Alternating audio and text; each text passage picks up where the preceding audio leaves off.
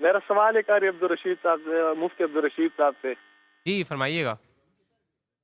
قوالی سننا جائز ہے یا نہیں؟ قوالی سننا جائز ہے یا نہیں ہے؟ ٹھیک ہے مفتی صاحب، مفتی رشید، ڈاکٹر عمیر صاحب. ڈاکٹر عمیر صاحب. ان دونوں ہی دیکھیے قوالی اور سماع کا جہاں تک تعلق ہے کہ اگر اس کا کلام شرعاً درست ہے اور اس میں کوئی ایسا جملہ نہیں ہے جو خلاف شرع ہو تو ایسا کلام سننا شرعاً جائز ہے. جہاں تک تعلق ہے کہ مزامیر کے ساتھ قوالی اور سماع کا سننا جائز ہے یا نہیں، تو مزامیر کے سماع میں علماء کا اختلاف ہے. بعض علماء کہتے ہیں کہ یہ حرام لعینی ہی ہے، یعنی میوزیکل انسٹرومنٹ اٹ سیلف حرام ہے، اور بعض یہ کہتے ہیں کہ یہ اٹ سیلف حرام نہیں ہے بلکہ یہ حرام لغیری ہی ہے، یعنی اس کے مقاصد کے پیش نظر اس کو حلال یا حرام کہا جائے گا.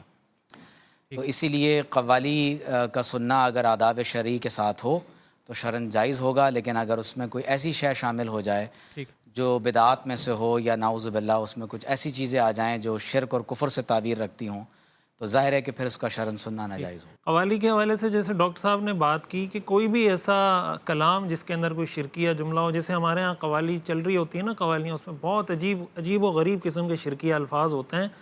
تو ظاہر ہے کہ شرکیہ الفاظ چاہے وہ اس کو آپ قوالی کا نام دے دیں، چاہے آپ اس کو نعت کا نام دے دیں، چاہے آپ اس کو نظم کا عنوان دے دیں، کوئی ترانے کا عنوان دے دیں، عنوانات بدلنے سے کچھ نہیں ہوتا.